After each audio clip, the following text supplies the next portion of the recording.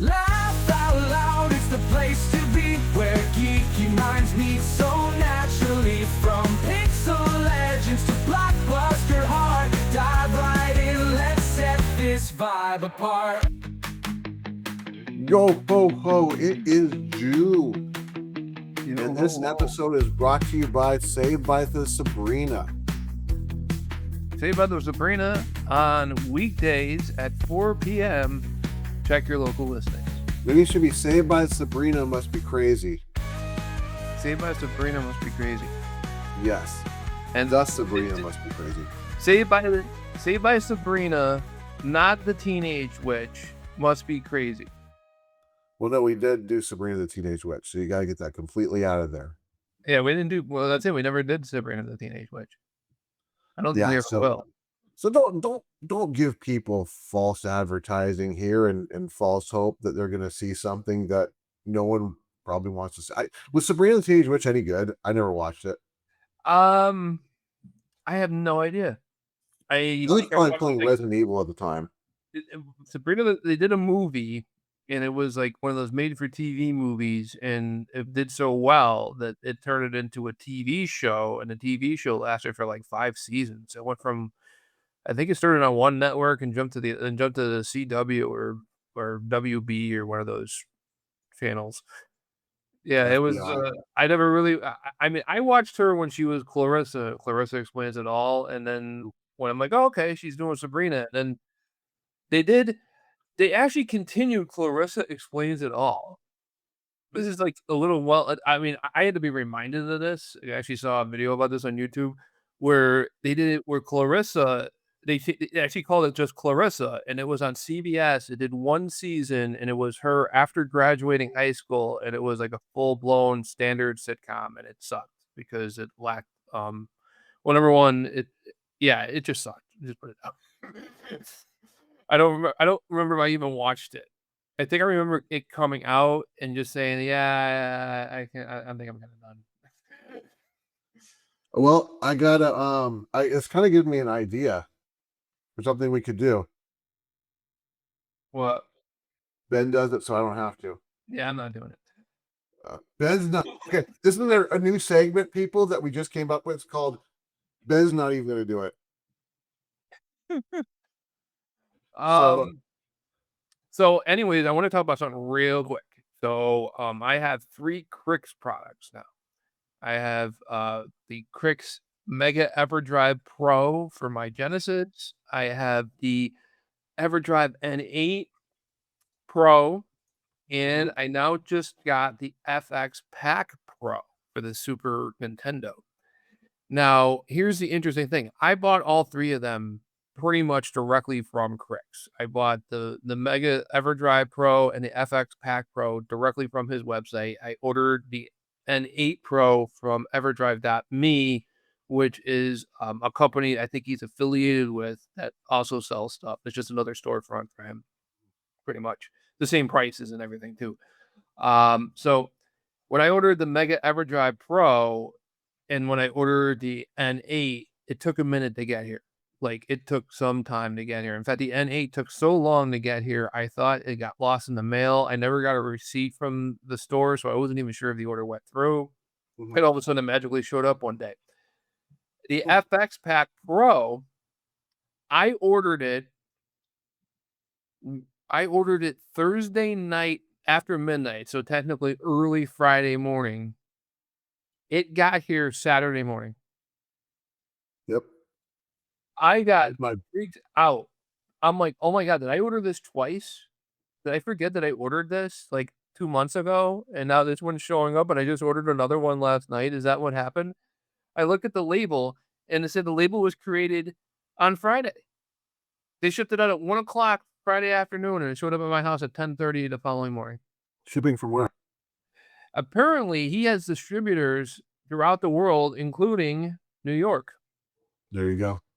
Which I'm in Connecticut. I'm right next to it. So yeah, it's and the shipping the way that they sent it. Yeah, I got here like in less than a day, and I was like, dude, I'm outside with the dog, and I just see I see a thing on the front porch, and I'm like, I don't remember anything supposed to be coming in here today. Because normally I follow all my. I'm pretty actually quite obsessive about following my tracking numbers. So I know when stuff's supposed to be there, and I'm like, nothing's supposed to be here today. Mhm. What's here? And then I look at it, I'm like, okay, and I'm feeling the box, and I'm like, okay, it doesn't feel like DVDs, it doesn't feel like CDs. And I open it up, I'm like, the FX Pack Pro, and I immediately pull my phone out, and I'm like looking through emails, and I'm asking I have Google Gemini, which ties into your Gmail, which is what I use for mail. So I'm like, hey Gemini, can you look through my Gmail real quick and tell me how many times did I order an FX Pack Pro? Yeah. She's like, oh, you only ordered one. I'm like, and that was ordered 2 days ago. And I'm like, okay, then how the hell is this here already? Mhm. So yeah, I guess if you have to be lucky because these distributors don't always they go through product. Yeah. Crix is the name. Crix is the Coca-Cola of flashcards. It's the Got name. it. So if you're into this hobby and you know what you're talking about and you want a quality product, and you're not sure about these other sellers, you're gonna get a Crix one. I do have a Mhm. Summer Cart 64 for my N64, and Mhm. that one, so that's the only non-Crix one so far. And then if I go ahead and pull the trigger and get a PC Engine, I will have a Terra Onion for that because the Terra Onion Super SD Pro, they're all pros, is that that can do that can do CD-ROM support, it could do HUD card support, and it could turn your regular PC Engine or TurboGrafx 16 into a Super Graphics. Gotcha. Okay. So It basically has a turbo duo. It's a Turbo Duo, but without the Super Graphics, so you can play those six games, of which only two of them are exclusive. Well, you can play the Super Graphics games on the Turbo Duo. On the Turbo Duo?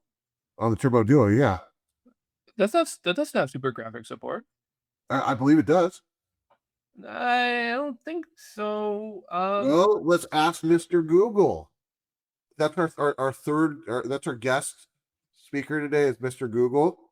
Hello, everybody. I'm Mr. Google. Okay, go ahead and ask me the question. Oh, I know. Yeah, you're gonna answer it by typing it in. I'm not even gonna do a voice.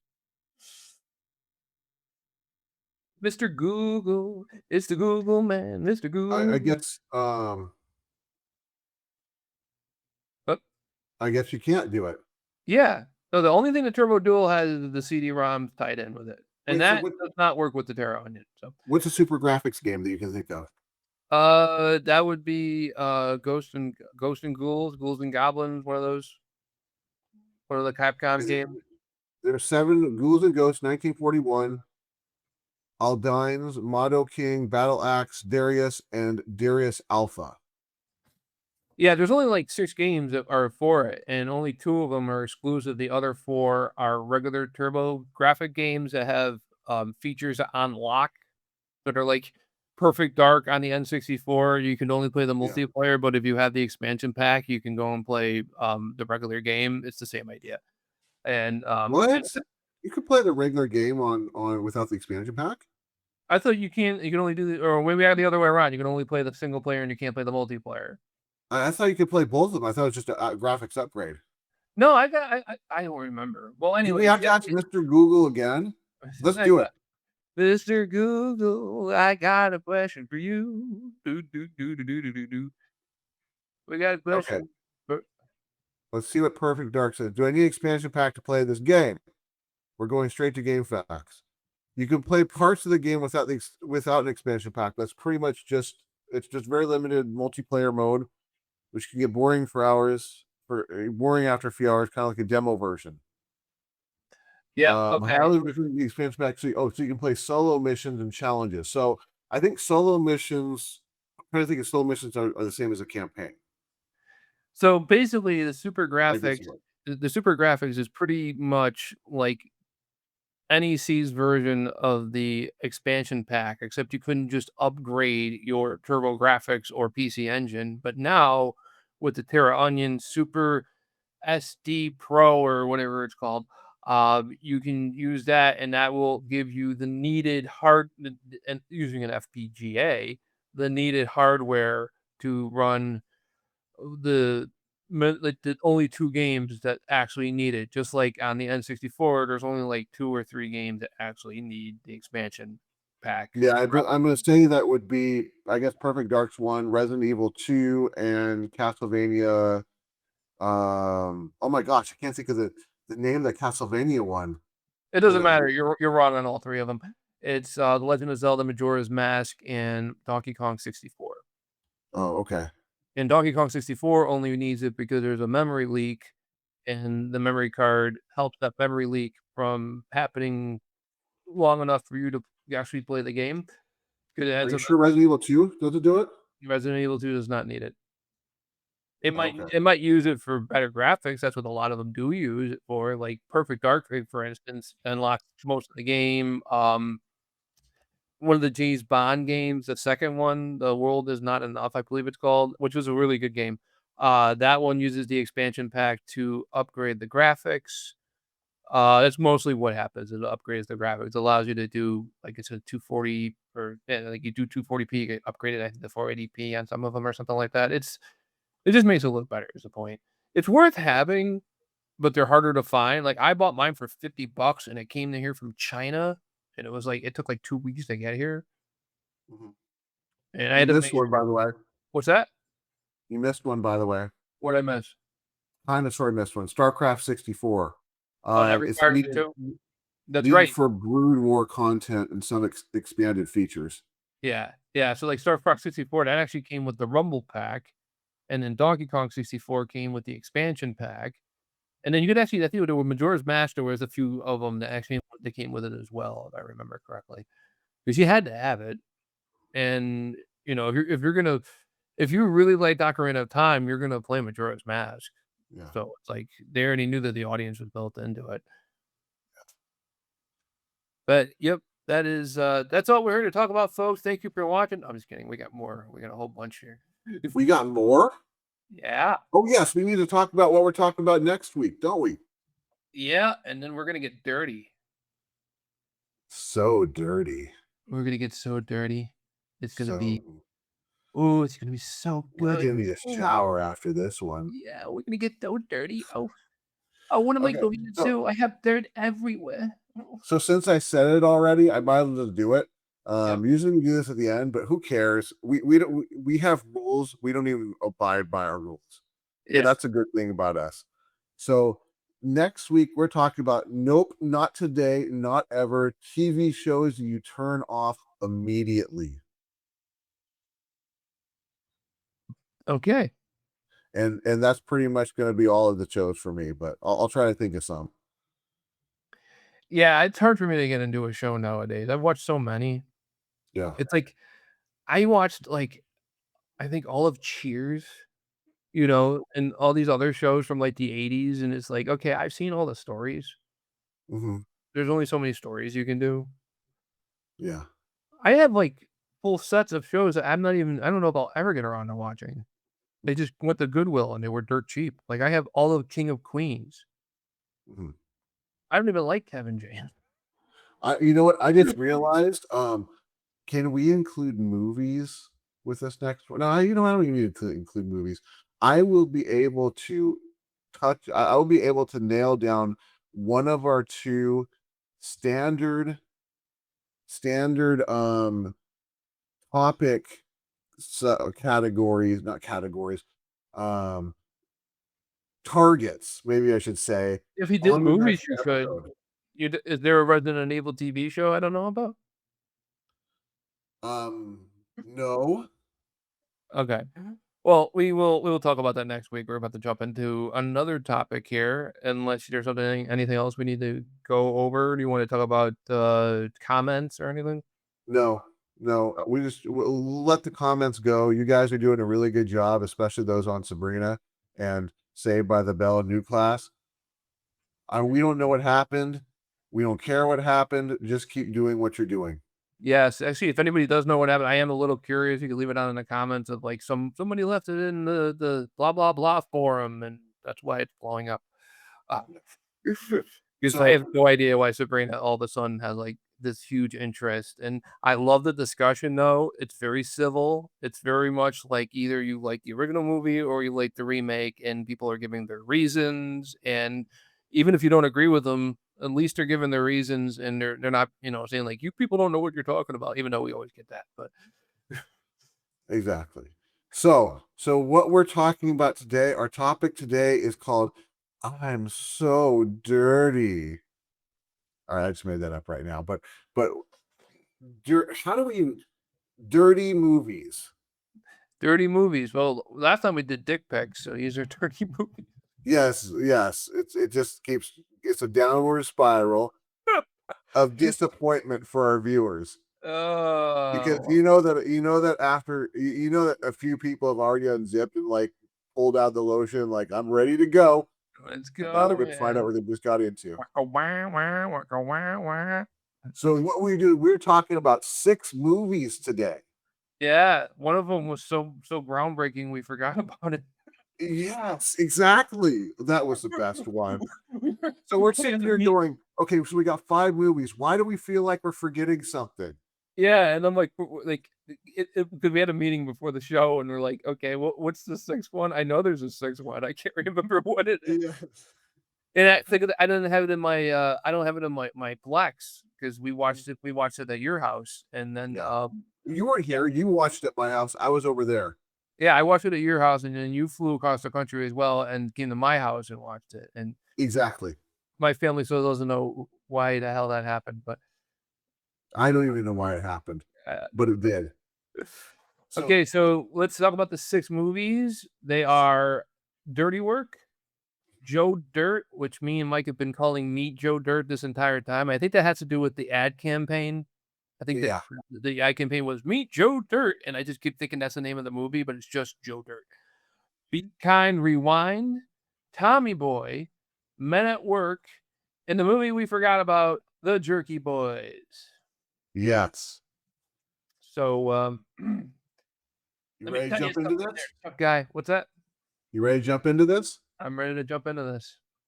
Okay, All let me right. go ahead and share the first one. And it is up now.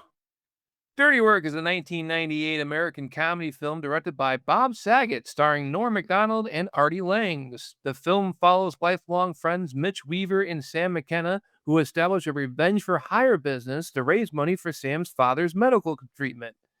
The unconventional company specializes in helping clients get even with bullies, cheaters, and dishonest business owners through elaborate pranks and public humiliation. Despite receiving mixed reviews and underperforming at the box office upon release, the film later developed a strong cult following, particularly among fans of Norm Macdonald's deadpan comedic style.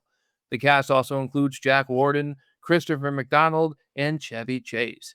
Dirty Work is often cited as one of the defining comedy films associated with McDonald's career.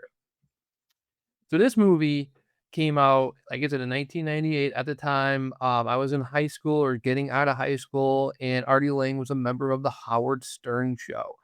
And Howard Stern was like the hottest DJ on the planet at the time. This is when he was still building his career, and he wasn't relaxed like he is now. This is when he was good.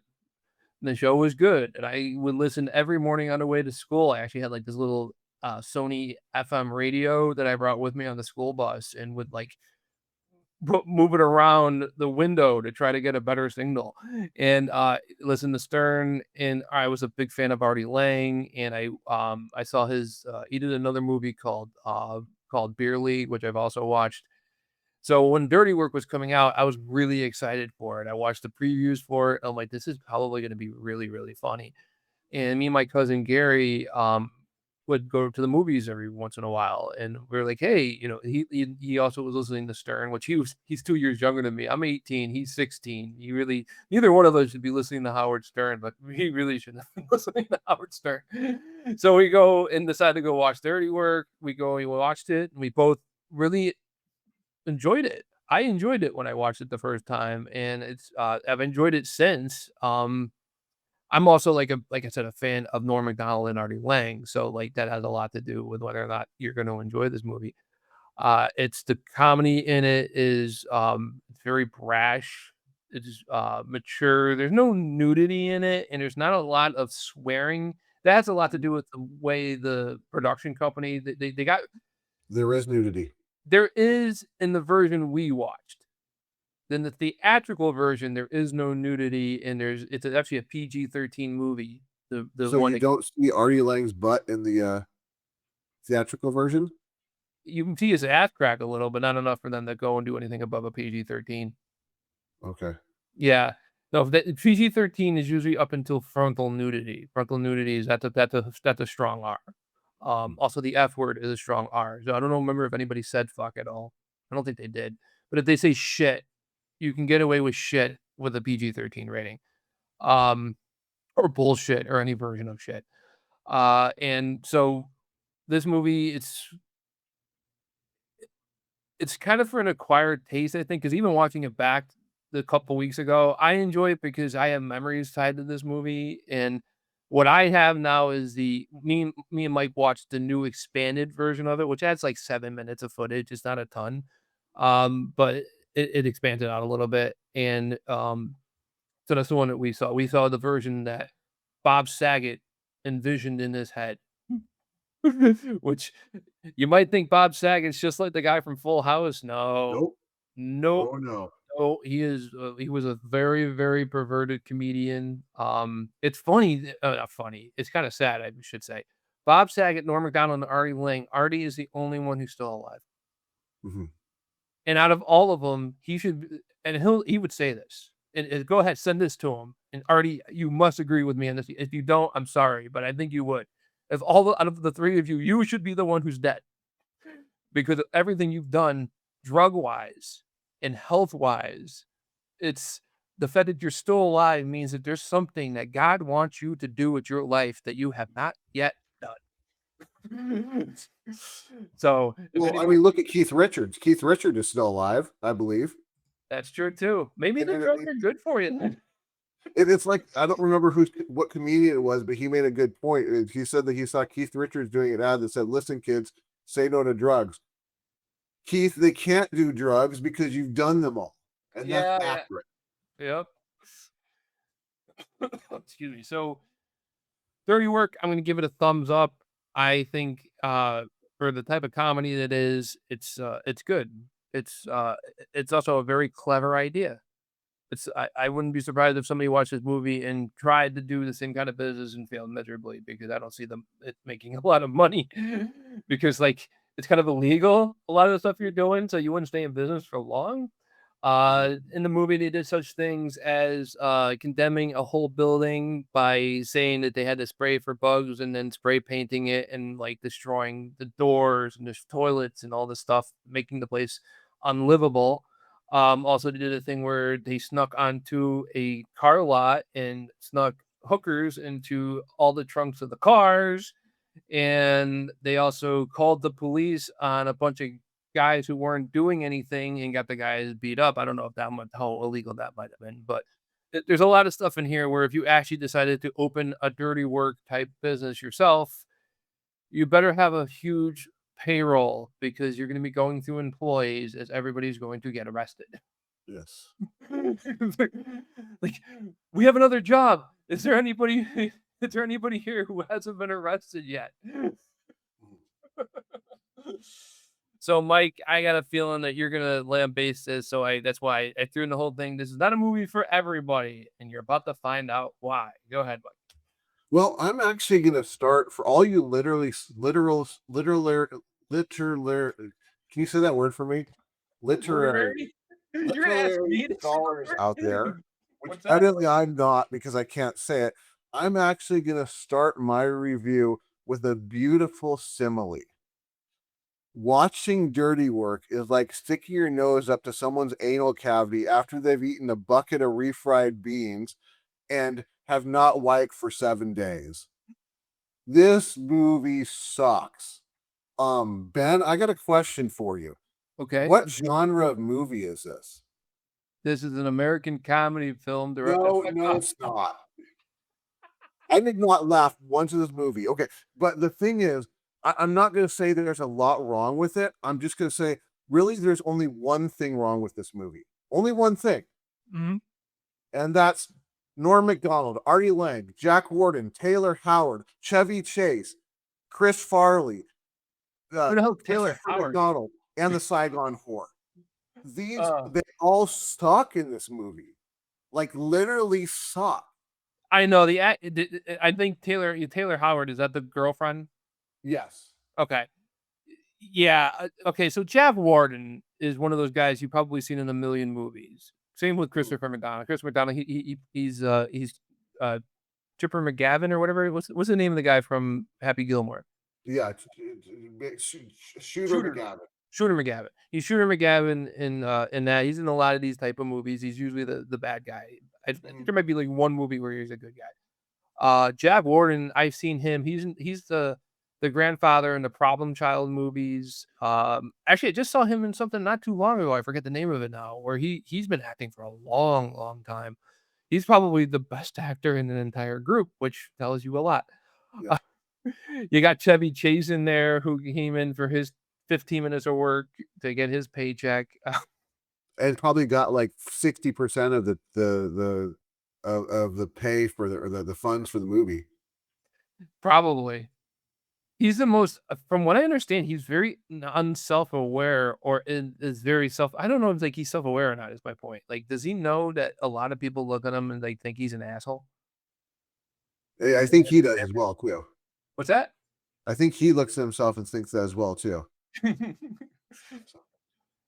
So let me go on here, because I mean, this is really Norm Macdonald's movie, and I don't really remember much of Norm Macdonald comedy, but if this is Norm Macdonald comedy, there's a reason why I don't remember much of Norm Macdonald comedy.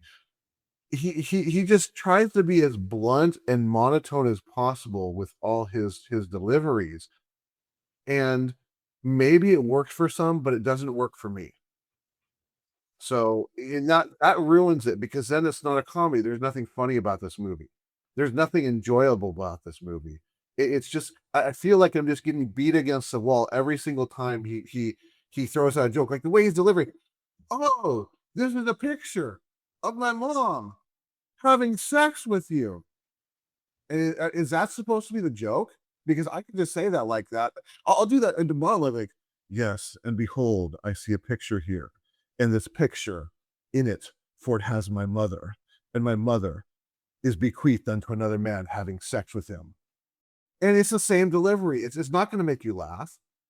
You're not going to enjoy it. And that's basically what Norm Macdonald does. At least he does for me. He throws out these lines, and they're just so dry and just so dead that there's no point on even trying to enjoy them. I think that he really got what his calling in life was towards the end of his life, when he was hosting a podcast, because I think that's what he needed to do. Because you're right. There's not, number one, there's not a lot of Norm Macdonald movies.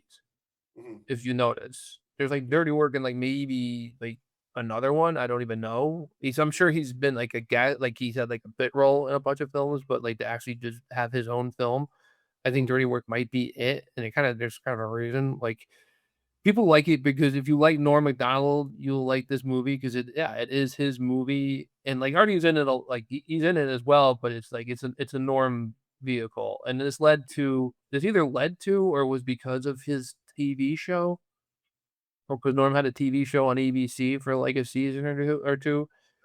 And it's like you see Norm and you want to do something with him, and you go and it's like, this is a talent. People think he's funny. Yeah, he's funny when he's reading the news.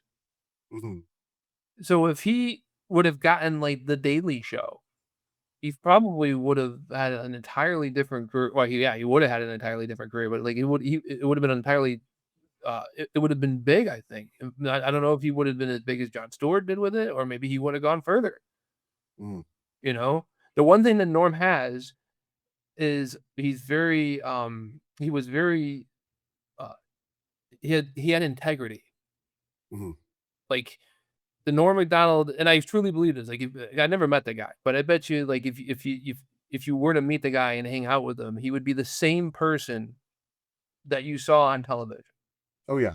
I'm sure that like hanging out with him would have been an actual joy to do. Yeah, I think and that's that's what just I'm saying, how he seems like like to be a him laid on a back, chill person. yeah, him on a podcast, him hosting a podcast was perfect, and podcasts weren't around in 1998, but AM radio was. Mhm. You know, you're telling me that, like, they couldn't find him, like, a and not against Stern because he likes Stern and, like, like, go play baseball with the against the Yankees.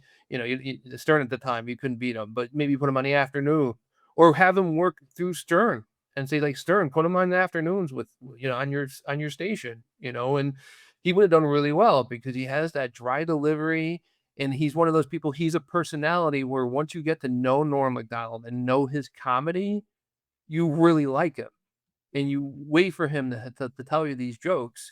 And that's why I enjoyed Dirty Work and you didn't, probably because I went in with, like, I know Norm Macdonald's delivery because I used to watch him on Saturday Night Live all the time. So I was used to his deadpan and I was used to his type of humor, and that's what Dirty Work is pretty much filled with. It's a little too dirty in scenes, especially in the extended edition. The thing with them sticking their dicks in the cannolis, that is Uh-huh. not in the theatrical version. Both of those scenes are cut scenes. Okay. But So, they but did there's they did the same joke in the beginning and the end of the movie. there What's that? there's one thing that I do want to say about Norm Macdonald in this movie. Well, one thing I want to say about Norm Macdonald, then I want to move to another actor, is I think there's an actor that probably could have done this so much better. You're not going to want to hear this.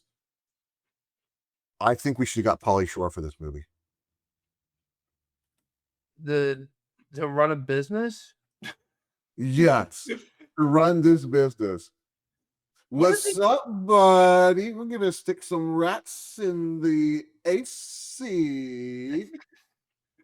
I think one of the Actually, it would have been funny. It still would not have been funny, but at least it would have been a disaster for a definite reason.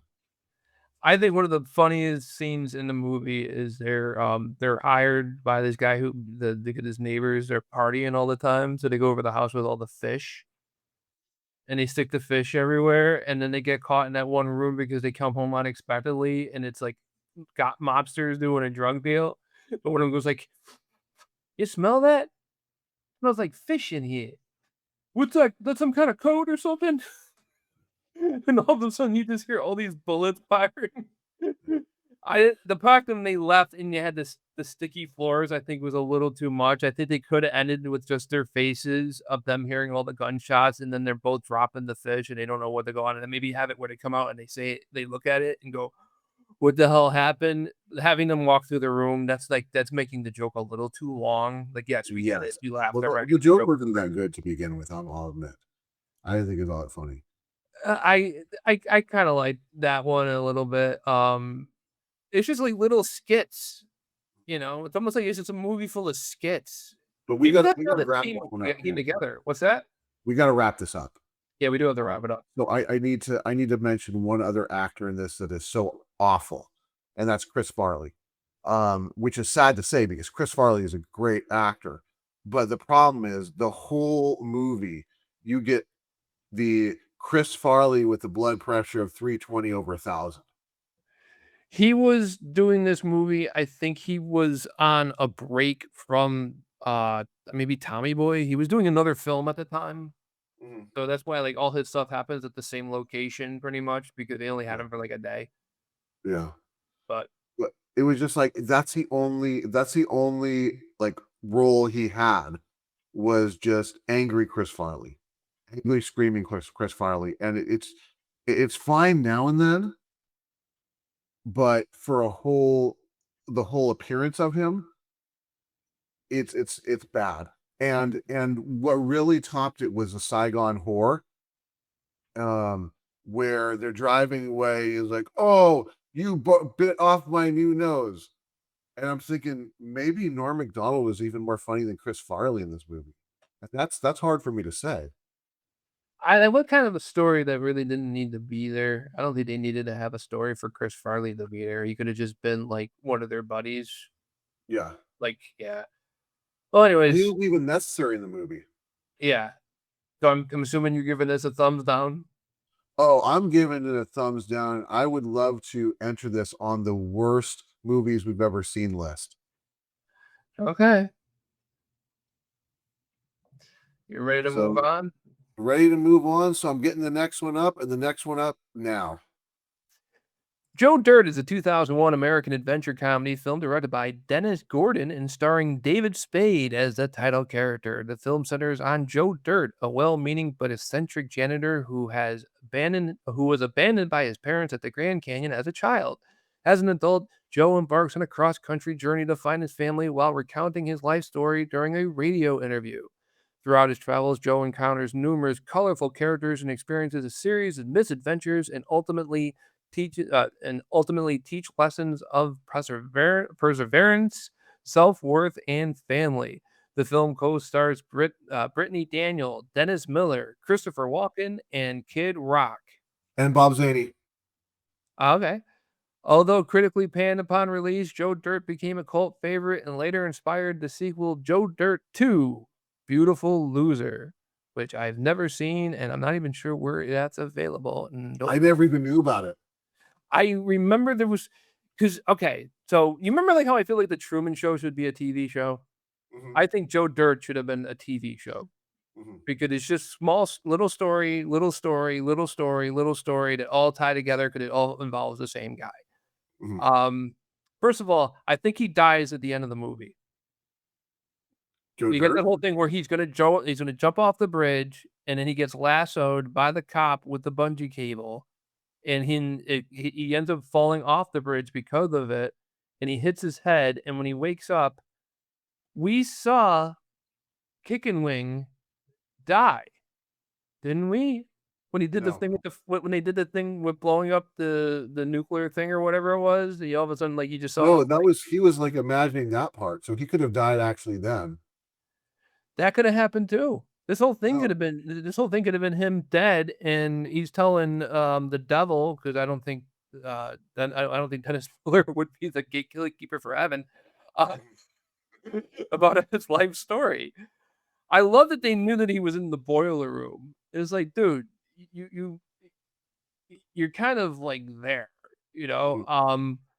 It's weird. This is like a movie where you actually like the character played by David Spade, where David Spade usually plays an asshole, and Yeah.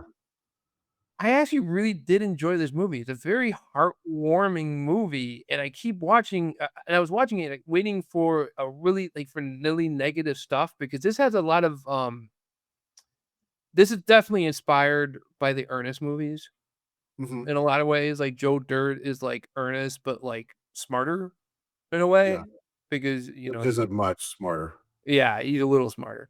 And having yeah, because like, David Spade, like, I just always associate him with being this stuck up asshole of a character. Like, you see him in PCU, he's that. You see him in Tommy Boy, which we're gonna be covering in a minute. He's like that. You see him in Black Sheep, the sequel to Tommy Boy, spiritual sequel. He's also a jerk in that. Even when he's on SNL, he's always a character who's snarky. Uh-huh. He's just like he's always a snarky character, and to have him be a lovable loser, you have to get over the fact that it's David Spade first before Mhm. you start really liking him. Because at first I'm like, "Oh god, it's David Spade. I don't like this." I was like, but then I see him getting treated so unfairly. Like that's why I kept talking about Ernest, where like Ernest, like they would pick on him like super hard. And they're Mhm. like picking on him like really hard. And I'm like, this is like unbelievably cruel to this guy. You're gonna go and push like you're giving the janitor a hard time. Mhm. Maybe there's a backstory where he's kind of like he said stupid stuff to them, but then there's further stuff in the movie where other people treat him like dirt too, which Joe Dirt, without him ever really doing anything to them. Mhm. Even his comebacks aren't even that rude. Yeah. He should he's not a bad guy. And it's such a weird thing. It's like, oh, we're gonna have this really lovable character played by the snarkiest comedian on the planet. Yeah. So it's like, okay. Next, you're gonna tell me that that you're gonna have a dramatic movie for Adam Sandler, which they actually did that too. So, They did. yeah, but I'm gonna give it a thumbs up. I enjoyed Joe Dirt. I actually almost watched it again. I watched the movie and I had "I'm Burning for You" by Blue Oyster Cult was like in my head for like a week. Mhm. because that's now because of that movie, I now associate that song, at least the beginning of it, I associate it with the Joe Dirt movie. Mhm. So whenever I Gotcha. hear that, "Dun, dun, dun, dun, dun, dun," I'm gonna think of Joe Dirt. Mhm. Gotcha. Go ahead. Well, Joe Dirt, this is interesting because I avoided this movie like the plague, um, when I was younger, because of the fact that, you got that meet Joe Dirt and you see David Spade's like, "I'm Joe Dirt," and I'm looking like, "I don't wanna watch this." Um, so I totally avoided this movie, and then I kept hearing all these people talking about how good this movie is, and I thought maybe that their IQ had dropped, but it didn't, because I actually watched it and I'm like, "This is actually very well put together." Yeah. It's because of David Spade, and it's because of what you were talking about, because you're sitting there the whole movie and you're waiting for the sarcasm from him, and you feel like he's about to deliver it just by the way he delivers his lines sometimes, but then it just gets this drop and it's a total different direction, like every single time. And even by the end, you know that he's going to be that nice guy. I mean, by the beginning, you know he's going to be that nice guy, but you're just waiting for him to snap, and he never does. Yeah. And you can never get over that through the whole movie. It's just so interesting, to see him do this role, and how well he does this role. And So, this innocence that he has where he's got Brandy who's obviously into him, mhm, and he is there because he likes the dog. mhm, And when the dog dies, it's time for him to go because there's nobody mhm, left here for him. And she's like, "What the mhm, fuck are you talking about? I'm a hot chick and I wanna bang you. What are you yeah. doing?" I And mean, he doesn't get it. it's a whole different list of priorities that he has in life Yeah. that aren't the standard priorities, and that's what makes him such an interesting character, because you want him to go one way and he goes the other way. Now, I'm not getting political here. I, if you wanna know my political stances, you can ask me and I will tell you, but I'm not gonna do it here. I don't like Kid Rock. Yeah. I never liked Kid Rock. When he was a big star and he came out with his songs originally, I never liked them. I always thought that he is I don't know how he is personally. Maybe if I knew him in person, maybe I'd like the guy, but I as a character, I don't know what his real name is, but as a character of Kid Rock and all this crap, that anytime he's in anything, it's just I'm like, "Ah, it's Kid Rock. What the hell?" He takes away from to me, he's white trash. Yeah. So, like I said, if I knew him in person, maybe he's a good guy in person. I have no idea. I don't know the guy personally. But so, and I know politically he's like super right wing. Like he's so right wing, he makes me look like Bernie Sanders. Mhm. So Well, I mean, even so, I mean, I'm not a fan of Kid Rock either, but Kid Rock was good in this movie because I think they just said, "Just be Kid Rock." yeah, just be yourself. What do you Yeah, mean by that? and he didn't have to go too far. So be a So, totally awesome guy that everybody loves. Yeah, mhm. yes, be that. I mean, also Dennis Miller being Dennis Miller. Dennis Miller was Dennis Miller in this, Yeah. but he was great Dennis Miller. Oh yeah. It was Because you could hear all the like the just how hard he was just raking Joe Dirt across the coals with his comments. and then But I made a comment earlier about like how like Artie Lang, I know him from the Howard Stern show, watching Dennis Miller play the morning disc jockey, and then seeing that he had his own Fred Mhm, Norris. He had his own Fred Norris, who was the one who discovered Joe Dirt and told him to come in. If you yeah, notice, that guy was outside of the studio while the show was going on. Now, this is me being a geek for a second to talk about the Stern show for just a little bit. Fred Norris on the show, he's still part of the show, and like I said, the show sucks nowadays, but back when it was hot, I used to listen to it. And Fred Norris does the sound effects, he plays the music, he plays the commercials and everything. He cannot leave the studio when the show is off the air because he's running the ads. He can mhm, only go use the bathroom while the show is running, right? mhm, So mhm, the fact that he brought him in while the show was running just is like, oh my god, so whoever did this, they are copying the Howard Stern show down to the fact that his co-host is, like, not able to come in until like, they're following the rules of this other show. Yeah. Which like like when I talk about Michael and like how I like sometimes I like picking up these little facts of something that they didn't have to pay attention to, Mhm. and they paid attention to it. Yeah. So Now, I do want to mention why I jumped out and said Bob Zaney. Bob Zaney is in the movie. He's like my favorite comedian. So when I saw him in the movie, he's only in the movie for like a minute. what did he play? He was one of the guys that came out of, I think it was the elevator. When Joe Dirt was at the very beginning, when Joe Dirt was going into the Is he uh, one of the guys who pushed him over? I did he push him? Yeah, I think did they push him over or did they just kind of like walk away? They pushed him over because he went and because they were making fun of him, and he said like, "I got 2 microphones right here," and he puts his dukes up, and the guy just pushes his cart over. Not Oh, him off. okay, yeah. So Yeah, he was one of those guys.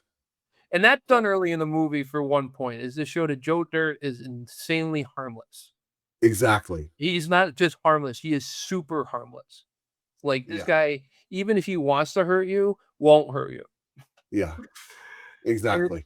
and it's just this lovable character. They could have made a TV show out of this. They could have took all these stories of him. You could have spent a whole season with him Mhm. helping Kick and Wing Mhm. put his fireworks stand set up, or him with Charlie, a whole season where him and Charlie and Brandy, and then Brandy could still be there where she like, once in a while, like you see her at the end of an episode, like, oh geez, I wonder what Joe's up to. And if you see the movie, you know how the show will end, and they could lead into it. Peacock, I'm giving you an idea here. You guys need shows. Mhm. So I'm going to obviously say definite thumbs up for this. I think this is one of those movies that is easy to judge the wrong way. Yeah. I'm burning for you. Boom, boom. All Are right, we so you ready ready for for the the last next one? one? And it's up now. This is another sweet one.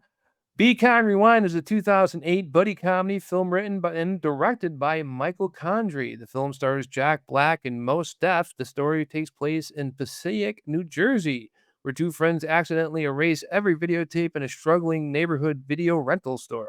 To satisfy customers and save the business, the pair begin recreating popular films using homemade sets, costumes, and special effects. These low budget remakes, referred to as sweeted films, become a local sensation and bring the community together. The film explores themes of creativity, nostalgia, and the cultural significance of physical media. While achieving only modest commercial success, Be Kind Rewind earned praise for its originality as it inspired many fan-made sweeted productions. One of them I think we reviewed a couple weeks ago when we did Star when we had that Hardware Wars. Well, that was long before Be Kind Rewind. I know, but it's like that's the same thing though. That's what these Sweden movies are like. So this is That's the original Sweet Asian. yeah, that was the original Sweden movie. They should have, you know what? They could have got sued. Now that I think about it, the Hardware Wars people should have sued Be Kind Rewind for taking their idea. There you go. All right, go for it, Ben. This movie's great. I am on record saying I don't like Jack Black, and I'm staying by that. I don't like Jack Black. He's still my least favorite part of the whole movie. But the movie itself, it's so sweet. It's got such a heart to it. And it just shows, yeah, it shows community. Like it's a bad ending at the end of it. Like the worst thing that the thing that we're fighting the whole movie to stop Mhm. happened anyways, Yeah. because it's not about that. It's about the community around the video store. Those people are still going to be there, and if they still want to make movies together, they can still do it. Yeah. They don't need the video store to make the movies together. That's the thing that's the catalyst that brought them together. So they want to do Be Kind Rewind 2, which I don't know how they come up with a story for it, but if they did, they do have the grounds to do another movie. Um, and it's just, yeah, it's just such a sweet movie. It's got Donald Glover's in it, senior, not junior. Mhm. Yeah, we were a little confused. We were doing the Mario movie. I'm like, really? Like Yeah. legendary actor Donald Glover's in it. Mhm. No, his son. But in this one, the actual genuine person is there. And it's just, yeah, it's just a funny movie. It's got a lot of like it's just got so much heart. If I had to say anything about the movie's just got a ton of heart. Mhm. Mike, what do you gotta say? Okay, so before I start saying what I want to say, I want to make something very clear. I actually enjoyed this movie. Hmm. I think there's a glaring problem with it, though, Jack Black? is that it doesn't know what direction it really wants to go, and it doesn't know how it needs to be marketed. Because it does, like you're saying, it has a lot of heart. It has a lot of different genres in it. I mean, you look at it, you think it's going to be comedy, but no, it's just total slice of life, heartwarming as well too. And I think normally that shouldn't hurt it, but I think in a way it does kind of hurt it because you're expecting to the movie to go fully in a comedy direction the whole time, but then it just does this like 180, and it's not really a comedy anymore. It's just like a wholesome type of movie for the community to come together. And if you don't know that when you go into that, it's it's going to throw you off. It's going to throw you off really bad, especially when you're looking at who's in it. Like Jack Black is in it, Yeah. so you're expecting Jack Black to be Jack Black 100% of the time, which he kind of is. But you're expecting it to be a Jack Black movie 100% of the time, and it isn't. So this is one of those movies that I think there needs to be a warning. If you're going to watch this, know that it's probably not going to be what you think it's going to be. Hmm. And if you understand that, you're going to be good to go on this movie. So that's really my big complaint with it. Now, I think it was kind of funny that the first movie that they sweeted was Ghostbusters, and the person that they brought in that closed them down was Sigourney Weaver. That So- was very well played, especially because she can do that kind of role. yeah. And of course, she was in the original Ghostbusters film. Exactly. I said Donald Glover, Danny Glover. Yes. Yeah. I knew we knew who you're referring to. Yeah, I just want to clarify for the person who's going to correct me. Of course. Most Def is he was a rapper, Yes. so I don't know any of the music that he did. In fact, to me, he's most known for being in this movie. Yeah. No, I think one of the best heartwarming scenes of the whole movie is kind of like one of the funnier scenes also is when they go to the other video store and break the window to get in, find out they have to break another window to break another window to finally get into to try to get the projector. And the owner guy comes out because he had been sleeping in the store, and it just kind of lets him go. He knows what's going on, just kind of lets him go. But then he turns around and he brings that projector, which is kind of this nice um marriage between new and current versus old style. No, he's running which is like they're standing for Blockbuster Video. It looks like a Blockbuster, Yeah. and I'm wondering he would know that the Danny Glover character sold the place on. Yeah. I think he would know that. So Yeah. I think that's one of the reasons why he was like so soft hearted to the whole thing too. And also, he was really embarrassed that he was living there. And I'm like, if these guys just broke and entered your building, it's it's gonna get out eventually that you're living in the back room. You have to know that. I don't know. So I mean, also the whole premise with Jack Black getting electricized, I guess. That was so dumb, but they needed a reason What? to erase the tapes. They had to go Exactly. away. Yeah. So, but other than that, I mean, I'm gonna give this a thumbs up. I will say because of that warning needed, I don't think it's a really strong thumbs up, but it's a thumbs up enough because of the movie for what it is definitely trying to do, for the message that it's trying to deliver, and being enjoyable at the same time. Yeah. Yeah. And I like the how okay, so let me complain about something that I noticed in the movie. Mm-hmm. Do you know how long it takes to make a video Oh yeah. and then to edit that video Mm-hmm. and put final touches on it and everything, even if you're doing if you're just kind of slapping it together? So you're telling me that this woman who's coming to rent Ghostbusters in 2.5 hours, that gave them enough time to record every single one of those scenes? Yep. I'm watching this, I'm like, there is no way in hell that this Well, is being done in 2.5 hours. it's not just recording the scenes; it's creating the costumes, it's writing the script. Exactly. Like even And if you're gonna well, they're taking the actual script, they still have to modify it so that it works for what they're doing. exactly, and I'm like watching this, and I'm like, there's as somebody who's put videos together, like there's no way in hell this was enough time for you to do this. Exactly. No effing way. I mean, so that was the most unbelievable part was how fast they were pumping the movies out. That's But unbelievable, but but Ben, you gotta remember, Frodo did walk all the way across to Mordor to throw the ring into the fire of Mount Doom. yeah, And that and we're supposed to believe that happened. that you mean like actually happened? No, they didn't. That's a book, dude. I know what I'm trying to say is that you're talking about, being believable that they Oh, made you these mean movies. like getting rid of well, yeah, but also that's happening in like a different world where you have to throw out disbelief for that world to even exist in your head. Ben, This is tomato, what's happening tomato, in New Jersey, which I've been to. potato, potato. Yeah. Okay. Okay.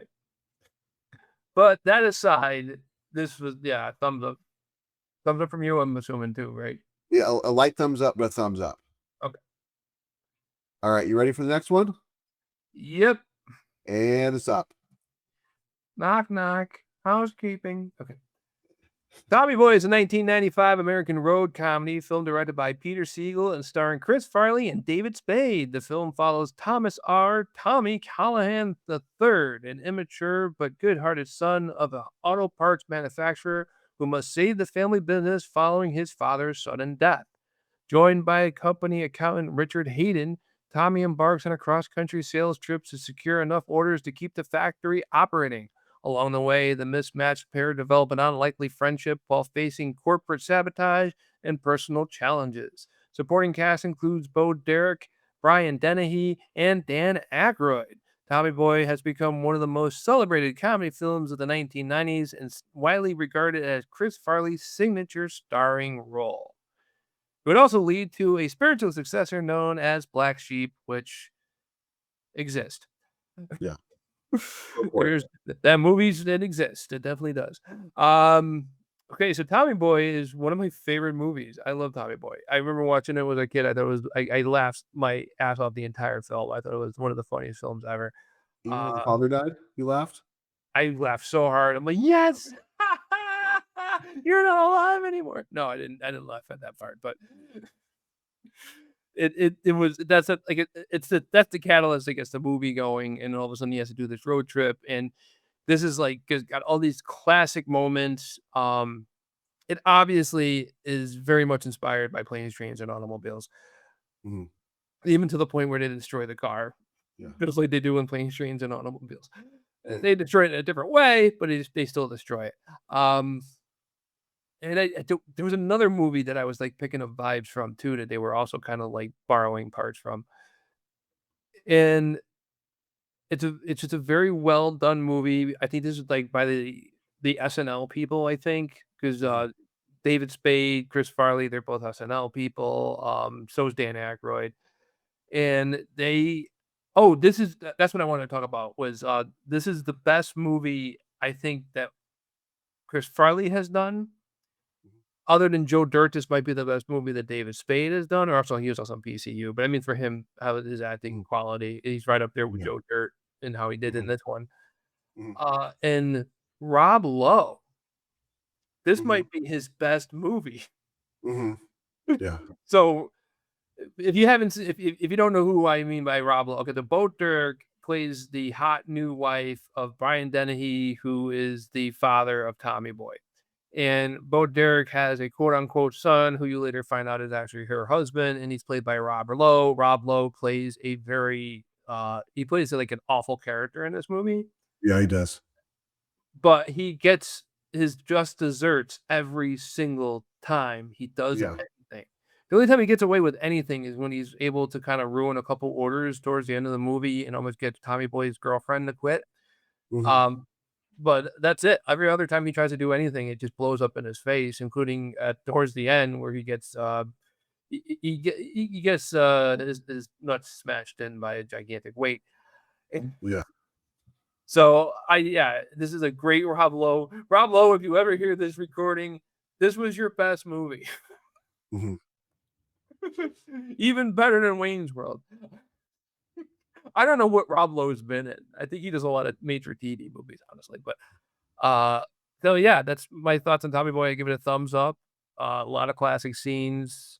You're gonna talk about, I'm sure, on the housekeeping scene. That's the one I think that's probably the most quoted scene in the entire movie. And he does a much better job. Chris Farley does a much better job in this than he does in Dirty Work. Mhm. Oh yeah, definitely. I'll agree with that one. And to tie this into Be Kind Rewind, Dan Aykroyd's in it, who was in the original Ghostbusters movie, which is remade in Be Kind Rewind. So that's how all our reviews kind of intertwine with each other. It's kind of funny. That's just how Ben's finding a way to have them connect. Yes. So okay, this movie, it's a masterpiece. Mhm. This movie is a literal masterpiece. Um, I can see this movie still 30, 40 years down the line, people still talking about it. It's there's so many good scenes and so many good lines in this movie. Um, like I think we talked about the "Where's Moron." Um, Oh yeah, that's funny. Like, where's Moron? Moron's here. So that means we must be. there's there's there's just so memorable scenes that you're gonna find yourself quoting. And you thought I was going to talk about housekeeping, but I really think that the greatest scene in this whole movie is the airline scene where David Spade is giving the instructions and Chris Farley is acting it out for the people. Yep. And Like, they're talking about ringing the call bell. And the word that David Spade used would not fly today. But just hearing him say that while Chris Farley puts his finger up to his head and twirls it around like, they're idiots, it's just such a classic scene. And it's just, everything is just so well thought out on this movie. if So, you ever flown Southwest Air, you might have heard somebody pretty much give the same speech to. yes, exactly.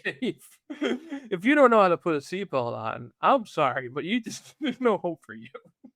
And there's something else that's really good about this movie. Well, two things that are really good about this movie. And each one has to do with one for Chris Farley and one for David Spade. First off, this is one of the best examples of actual character development in a movie, period. The way that Chris Farley's character evolves from where he is just nothing to where he is at the end of the movie, but he still retains that kind of personality that he had way back. It's just an interesting development to see this line of success just build up for him as it goes. And I think that's so well done the way they did his character. The other one is David Spade's character, which is just it's fascinating because it's a good example of why he worked in Joe Dirt, because he is David Spade. He is what you're expecting from David Spade throughout the whole movie. But there's a point in the end where he says to Chris Farley's character, he says, "You got a friend out of it. Now I know you have a lot of those, but I don't." And all of a sudden, there's this flip where you just all this crap that David Spade put him through. You start to say, you know what, David Spade, his character, is not that bad of a guy. Yeah. And it's just amazing how the two, I mean, they've always worked together really well. But how the two, with these two types of character developments, just it works in perfection.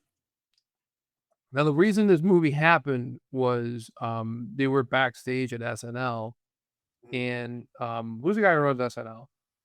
Lauren Michaels. Lorne Michaels. Lorne Michaels noticed that David Spade and Chris Farley, they kind of hung out together. And they did a kind of a thing where David Spade would kind of just like Chris Farley would do silly like in the movie, he would do something silly and David Spade would comment on it and he thought it was hilarious. And he's like, we gotta make a movie out of this. And then Yeah. they probably already like it wasn't like they went and they said, okay, let's go write Tommy Boy and based on this. They probably had like a script already that was similar enough and they just modified it to work with Chris Farley and David Spade's chemistry and Yeah. there you go.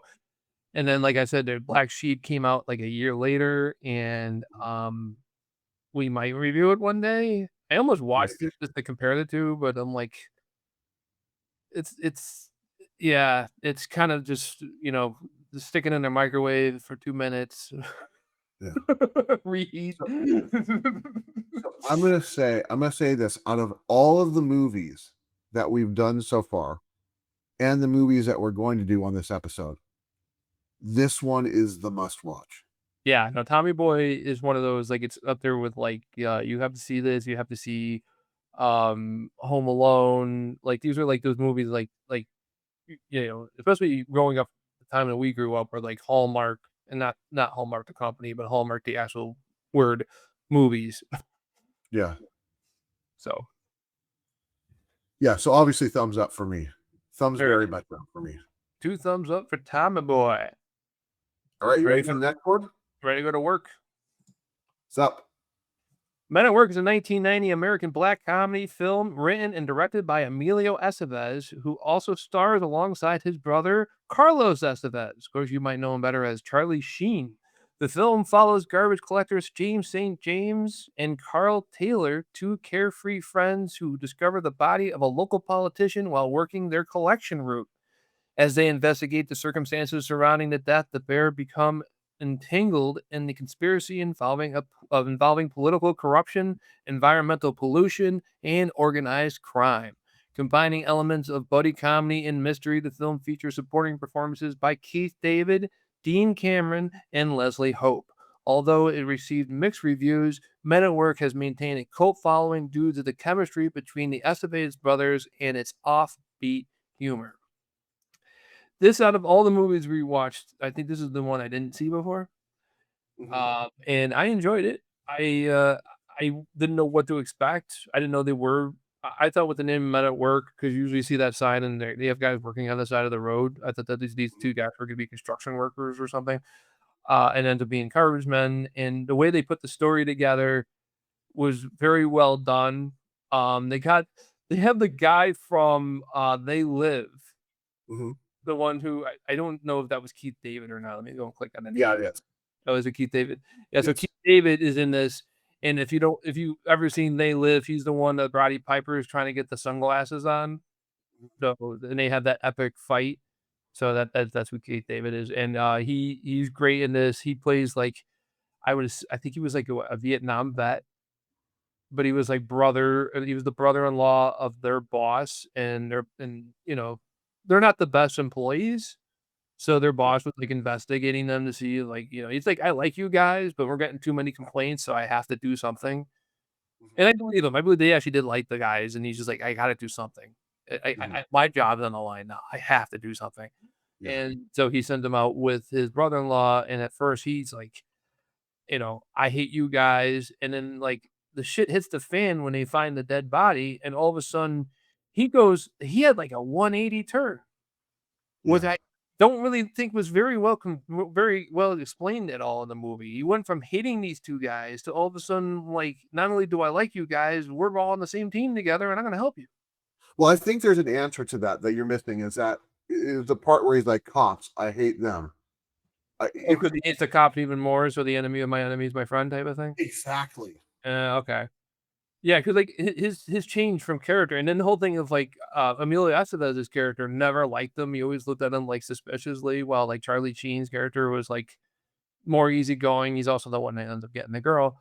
Mhm. Uh, I love it, like, he's been spying on her for months because he lives across the way, and then he's in her apartment, and he's like, "Yeah, you wouldn't have any, like, Cabernet or anything, would you?" Or, like, he named, like, some brand of wine that she has, and she's like, "How do you know I have that?" Mhm. Good guess, Doesn't Reed. everybody? So, yeah, I give it a thumbs up. I enjoyed this one.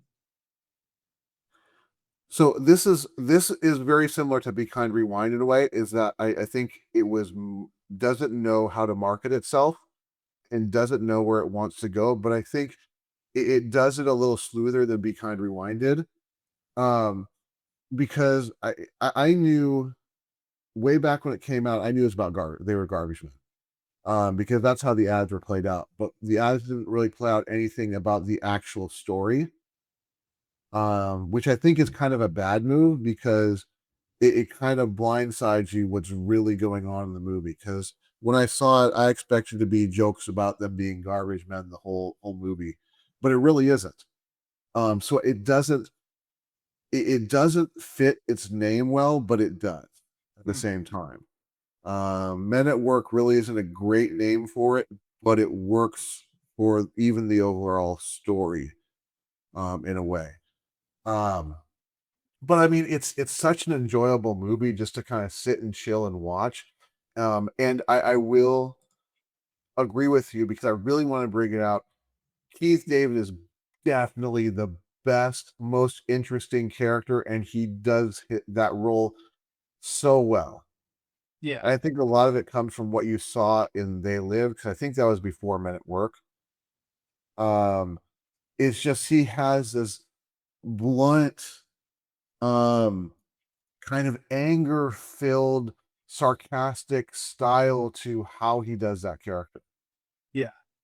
And you can't you help but just love it. And also Dean Cameron. I mean, Dean Cameron did Chainsaw, and he he had a bit of the Chainsaw style in this, but he had to play a role that was very unchainsaw with it. Yeah, that was another thing, like, he like, so they at some point, they ordered a pizza, and then the pizza Mhm. guy came right when, like, they were moving the hostage The body. the body, I'm sorry, they didn't, not the hostage, the body, they were moving the dead body, Mhm. and, like, "Oh, you saw too much," and all of a sudden, now the pizza man's involved with this, it's Yeah, and you can see he was on their side, but he was never on their side because when they get there with the cop car and the character that Keith David's playing is like, put your gun down, and then he grabs the speaker. He's like, yeah, you guys with the pellet gun. I mean, he's on the good side, but he's not at the same time. He kind of still knows he's a hostage there. Mm. And I think that was pretty well done. It also has a lot of memorable lines, as well too. I mean, as you watch it, they'll definitely get stuck in your head, like the "Hey Carl, I definitely got a problem over here." They're just well just delivered. Mm. And of course, the cops, I hate them, and Rent a Cops, I hate them too. Both those scenes are just they're classic. Yeah. So there's a lot that's kind of, I want to say, kind of forgettable about the movie, but then it has those little nuggets of parts that you'll never forget. So, thumbs up from you? Definite thumbs up for me. Alright, 2 thumbs up for Men at Work with And Carlos that Estrada. brings us to our last one. Are we ready? It's up now. I gotta step away for a second. I got somebody else. My uncle Saul is gonna come here, and he's gonna. So, dude, why are you bringing all your shoes and your glasses? So I Yeah. have them. What do you need them to do? Just here's a script. Read the script. All right, let's see here. Gotta make sure my glasses are on. Okay. The Jerky Boys is a 1995 American. I can't do it. I can't keep that voice going for the whole thing. The Jerky Boys is a 1995 American comedy film directed by James Melkonian and is based on the popular prank call comedy act of the same name. The film stars Johnny Brennan and Kamal Ahmad, the creators of the Jerky Boy characters that gained fame through a series of best-selling prank call albums in the early 1990s. The story follows two unemployed friends from Queens, New York, who use prank calls to entertain themselves and earn extra money.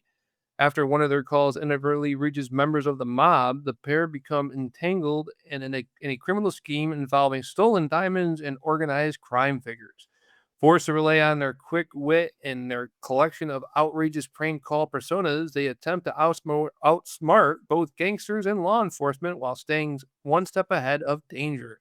The film features appearances by Alan Arkin, William Hickey, and Vincent Pastore.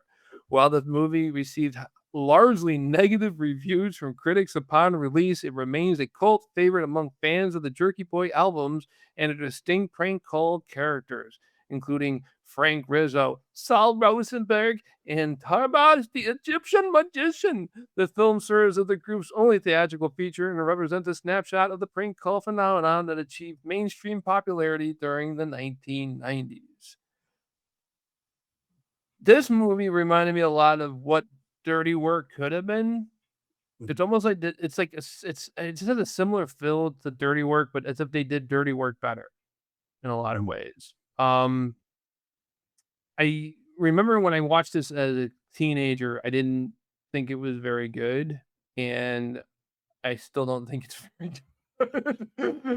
It's not horrible. It was like enjoyable enough to watch it. Like there are good parts to it, and if you remember the Jerky Boy albums, you get more of a kick out of it. And I remember I used to have the Jerky Boys. I had the first one on tape and the other two on CD, and I would listen to them. But you don't listen to them over and over again. You listen to them like once, and then you have your buddy over, and you listen to it again, and then you have another buddy over, and you listen to it again, and now you're done with it.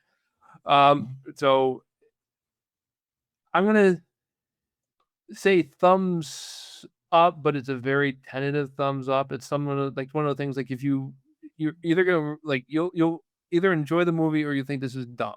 I will say that there are parts it's not written in an unbelievable way with a lot of some of the stuff kind of makes sense. A lot of it's like the chance that he just happens to get there and right when they have their bodies, the Egyptian magician performing that night. Yeah. But like none of this happens where it's like, how the hell did that happen? And how did that person get over there? That doesn't happen. A lot of it kind of makes sense. The double cross at the end, you can almost see that coming if you're paying enough attention. Um, and like I said, I kind of enjoyed the movie. I just don't know if I enjoyed the movie because of the nostalgia or if the movie was actually good. Mhm. What do you think? Okay. So I'm going to start it off with this, and this is going to be a very interesting analogy I'm going to use. If you are not into any sort of anal action and you accidentally sit on my hand when I'm rating this movie, I just want to let you know you are completely safe because I definitely give this a thumbs down. I don't know why this movie needs to exist. I I think the reason why this exists is they want to do like this montage of their characters, and that's what it feels like. It just feels like it's an advertisement to buy the Jerky Boys CDs. It did teach me one very important thing about the Jerky Boys, and that's that Kamal Ahmed Mm-hmm. seems to be the weaker of the two because the only thing he really had going was the Egyptian magician. And that's a problem is that when the Egyptian magician actually comes into the movie, it feels so forced. A lot of it just feels super forced. It Like almost like they have to give him something to do, where the other guy, he had all these characters and was able to do stuff, like get him out of trouble with these characters and stuff. Where the Egyptian magician was the only thing that Kamal had the entire time, and it's yeah, why are you even here? exactly. And But okay, so I guess we might be starting up an old argument of who's better, Johnny Brennan or Kamal Ahmad, but in the movie, Johnny Brennan was they could have done the whole movie with just him. yeah, and that's the thing is that it felt like Kamal was just an anchor the whole time. Like it's just dragging John down. Yeah, And he and was just dragging it along behind him. I mean, I don't this eh, the story wasn't bad, but it wasn't original and it wasn't necessary. It really did feel like it's like here's our movie. You might not know who we are, but after the movie, go buy our CDs. And it's just a big 1 hour and 30-minute advertisement for buying the CDs. yeah, they did the movies. I remember they did the CDs. I mean, and they did. I think they had like their three movie. They had three CDs out at the time, and yeah, it does feel like it's average because it made me want to go back and listen to their old tapes, Mhm. but I wouldn't want to watch the movie again. Yeah. Yeah, I'm looking there. They tell me about the movie. I was actually hoping that this thing would tell me about the act, but okay. Um, yeah, I remember as a kid, like all of us trying to like recreate the voices and stuff. Like you would do a Sal, like somebody would be like he'd do a Frank Rizzo, and someone would do a Sal Rosenberg, and then somebody would go and do Tarbosh, and then we'd think, oh, you can't do that. Yeah. You know, it's really surprising to see in this movie for some reason was William Hickey. Okay. William Hickey is the old guy. Oh yeah, yeah. He's the kind of actor that you're like, oh man, I've seen that guy in like a whole bunch of movies. We saw him when we did our anthology movies. He played Yeah, the when we old did the man Cat's Eye, I think it was. and when the cat. Yeah, Oh, it no, was it was the Tales from the Dark Side. Tales from the Dark Side. Where the one of them where they did the cat story. Yes, Like I said, been exactly. part of Cat's Eyes. Yeah, that's what he was in. I think it was the was it Dark Tales from the Dark Side? I think it was Tales from the Dark Side. Yeah, it was. Yeah. So And that one, yeah, he passed away in 1997. So this movie, he wouldn't it this movie didn't probably kill him. killed him. It didn't kill him, but it could have. Yeah. So yeah, so obviously, I you know I don't really have much more to say. This was really just forgettable. I don't. I remember a few scenes here and there, but I'm kind of glad that I watched it from my memory. Um, and I'm never gonna see this again. I watched this movie in 1995. My grandfather had a hot box, and at that time they were showing 4 channels of movie pay-per-views where they would just show the same movie. Like each channel had one movie that they just showed like 24 hours, the same movie over and over again, and then you would just pick a time and watch it like you were going to the theater, except you're watching it at home. And the Jerky Boys was just on tape, and it was on demand is what they called it. And I watched it on demand, Mhm. even though it wasn't on demand. I watched it on a channel called On Demand, which is what the current term on demand got its name from. And I yeah, I wanted to watch it because I was a Jerky Boys fan, and I remember watching it, and I think like it kind of killed the room. Like my grandfather didn't like it. Like he didn't hate it. He sat there and watched it, but my cousin he wasn't really into it either. The same cousin that I saw Dirty Work with. So yeah, I remember it kind of being a dud when it came out. Like even 'cause at the time the CDs were out. So you Yeah, didn't need this movie to remind you of these characters. Why I probably liked it more rewatching it recently was because it reminded me of the characters. yeah. And I that's what think I did enjoy. I enjoyed Sal Rosenberg and Frank Rizzo and Darth Bush. I enjoyed revisiting the old Jerky Boy characters, but that's all I really got out of it. well, I think this movie is a good example of a time and a time and a place for it. Yeah, There's a time and a place for it. That time is 1995. That place is in your bedroom at right after you got back home from high school. yeah. This is Now like that we're at 2026, it's not necessary. this movie belongs on the on-demand cable channel that doesn't exist anymore. Exactly. Uh, I remember when they started doing where you can actually do on demand, or no, it was called in demand.